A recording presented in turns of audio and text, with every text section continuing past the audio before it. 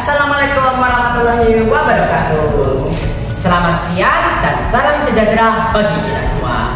Berjumpa lagi dengan kami Duta Gesit Depanska dalam podcast Gesit Depanska.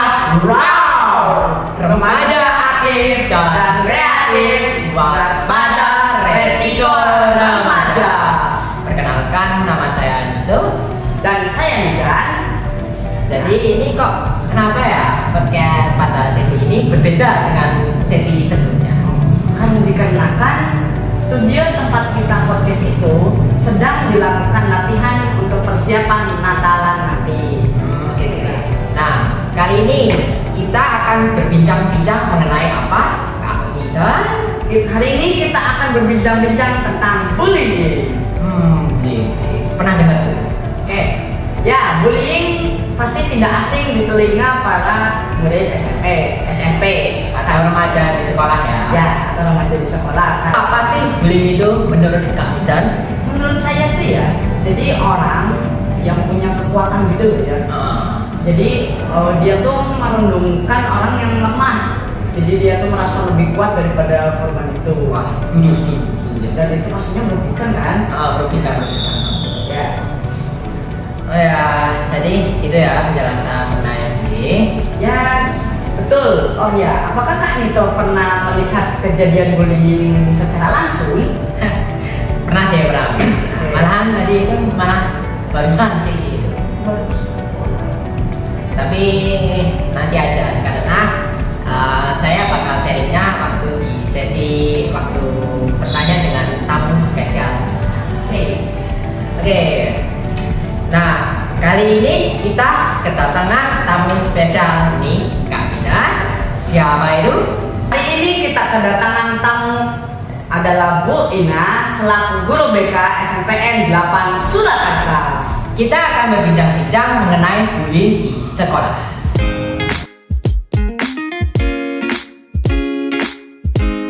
Selamat datang Bu Ina, kami persilahkan untuk bergabung bersama kami. Duduk di sini Bu Ina. Terima kasih. Pertama, Apa kabar Bu? baik. Terima kasih telah meluangkan waktu untuk datang ke podcast hari ini.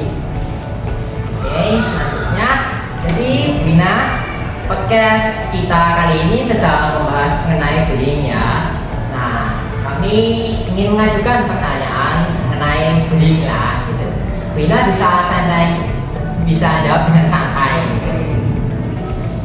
Oke, pertanyaan yang pertama, apa pandangan Bina terhadap pembulian? Kalau menurut Ibu, bullying itu ada satu sosok yang kuat dan yang satu posisinya lemah. Jadi si kuat membuli si lemah. Ya. Nah, biasanya ada saksi itu. Saksi itu biasanya yang harus lapor mestinya. Ya. Jadi ada pelapor, pelapor. Kalau nggak salah biasanya ya saksi itu pasti ada rasa takut ya mungkin ya kalau mau melapor karena mungkin nggak Selalu ada yang berani, ada yang tidak. Tapi kebiasaan anak di SMP 8 itu tidak takut untuk melapor. Karena Bu Ina sering dapat laporan ya. Jadi saya simpulkan anak di SMP 8 cukup berani terbuka. Jadi sudah terbiasa gitu ya Bu? Ya, karena kami sebagai guru BK menjaga kerahasiaan. Siapa pelapornya? Pasti tidak ada. Ya, tidak ada pembuli yang aman. ya diharapkan begitu. Oke. Kita lanjut ya ke pertanyaan selanjutnya. Seberapa maraknya pembulian di SMPN 8 secara laporan? Kalau secara laporan untuk tahun ini kebanyakan justru dari kelas 7. Jadi mungkin masih penyesuaian dari SD ke SMP. Nah, biasanya itu masalah ejek-ejekan nama orang tua. Itu yang paling sering terjadi. Oke, selain ejekan nama orang tua itu ada nggak yang lain? Ejekan fisik, mungkin yang kulitnya hitam atau yang rambutnya berbeda dari yang lain, terutama fisik. Entah warna kulit atau potongan rambut atau karena gemuk. Wah, parah sih gitu ya. Oke, kalau Ina ya jumpai secara langsung seberapa maraknya sih di pembelian SMPN 8? Kalau anak yang suka membuli itu ya anak-anak tertentu ya, tidak semuanya jelek.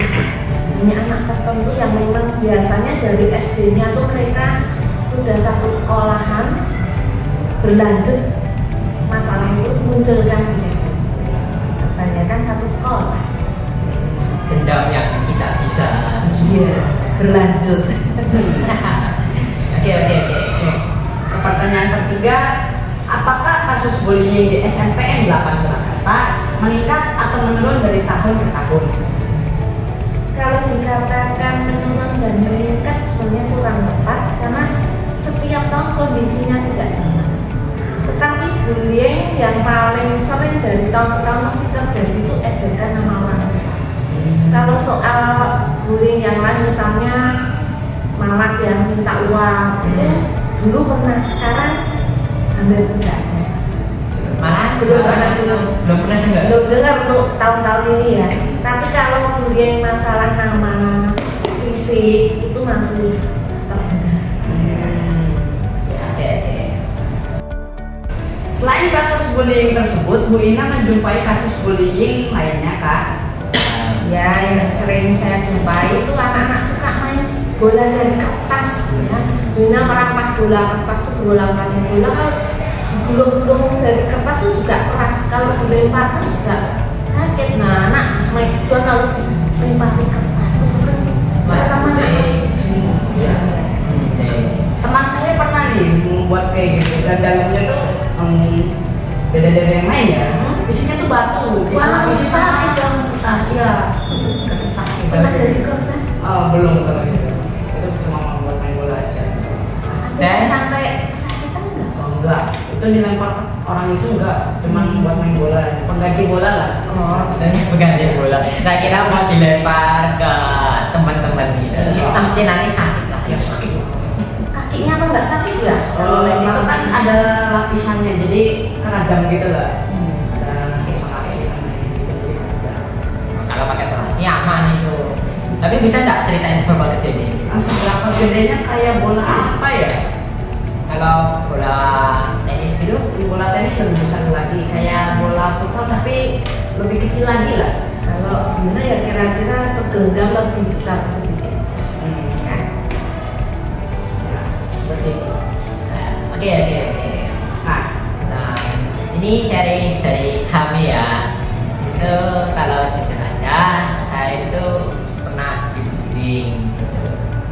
Nah, itu nama saya kan biasanya panggilannya itu kan nama saya kan Nito ya. Nah, itu dipanggilnya kan Nit. Nah, pasti ada teman satu saya yang bilangnya gini, Nit. Nah, kelamaan bilang kayak gitu, tahu jadi nama alat kelamin cowok gitu. Lah, saya kan nggak terima ya. Tapi saya redam lah dalam hati. Soalnya ya kalau saya balas, nanti akhirnya saya jadi membuli baliknya juga gitu. Sekarang masih terjadi nggak? Kayaknya iya deh, kalau nggak salah iya. Tadi kata-kata sih, tapi nadanya nggak kayak lebih kayak kesannya membuli bukan bercandaan malah. Misalkan gitu. Iya. Tapi ini kayak lebih maksa. Gitu. Kamu nggak mencoba untuk mendekati? Sebenarnya saya nggak coba mendekatinya itu. Soalnya kalau didekati malahan makin menjauh. Tapi menjadi kenapa nggak dilewati pada Udah. ini mas? Ya. Udah malahan, tapi ya masih sama aja. Ulang-ulang. Antara punya kekuasaan lebih, tapi sebenarnya kalau saya balas itu ya bisa ya Bu, tapi nggak patut. Ada manfaatnya. Ya, malah ngelanjutin kayak gitu. Nggak senang malahan ngeliatin hal kayak gitu. Seneng banget. Ya kan nanti meroda sendiri. Ya. Ini yang saya tahu Nito ini berarti menanggapi bullying itu dengan cara diam dan sabar. Dengan kesabaran tanpa emosi. Ya, itu dia. Yang saya tahu itu. Tapi sebenarnya jujur aja saya sebenarnya emosi banget kalau denger gitu. Emosi jadi pengen ngebales cuman diredam gitu. Tidak ada cara misalnya kamu komunikasi sama Wah, kalau komunikasi sama dia itu malahan ya deh kayak ngomong besar lah gitu. Itu cewek apa cowok? Cowok. Malah duduk belakangnya saya. Ya.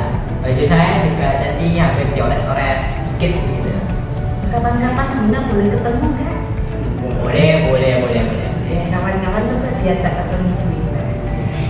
Siapa tahu nanti ngobrol-ngobrol dia bisa sadar. Ya, itu bagus. Kapanpun kalau itu dilapori siap membantu. Oke. Nah, jadi terima kasih kepada Bina atas informasi mengenai bullying kali ini. Sebelum kami akhiri, adakah pesan tambahan dari Bu Ina untuk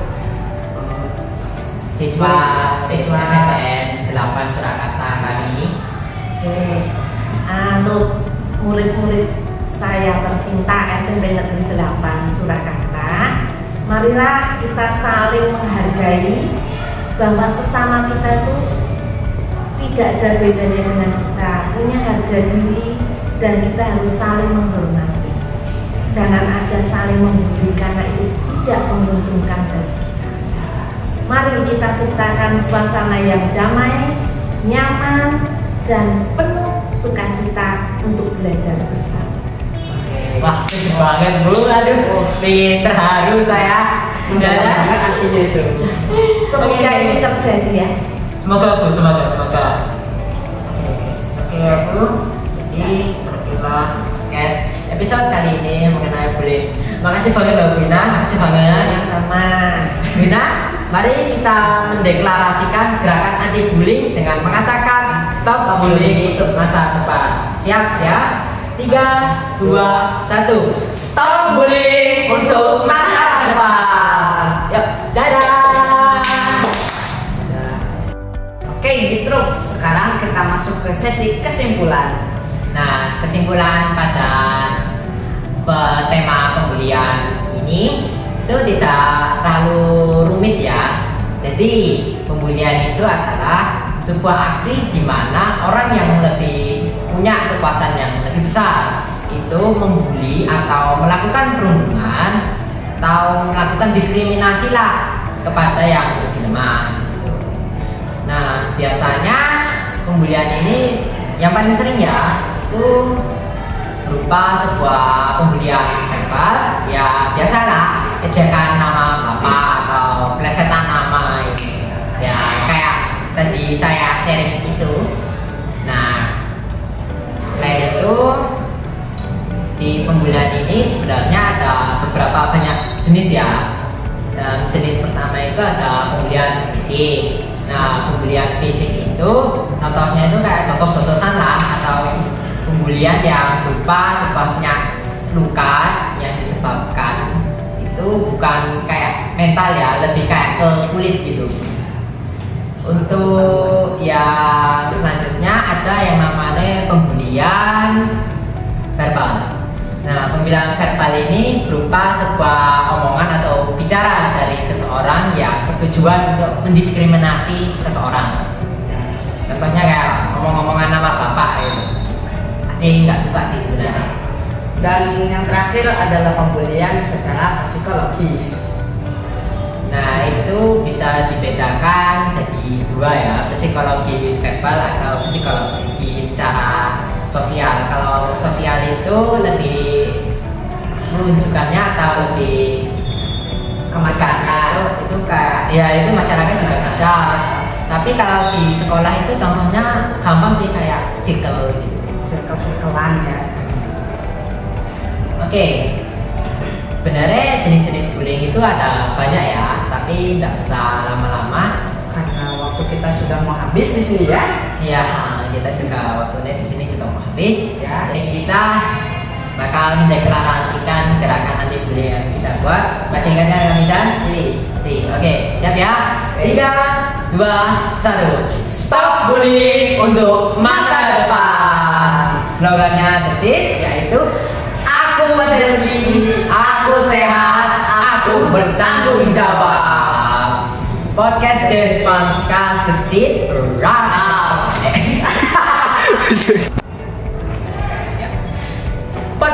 gesit Demaskah Raw. Remaja aktif dan kreatif, waspada resiko remaja. Berjumpa lagi di sesi podcast selanjutnya. Dadah.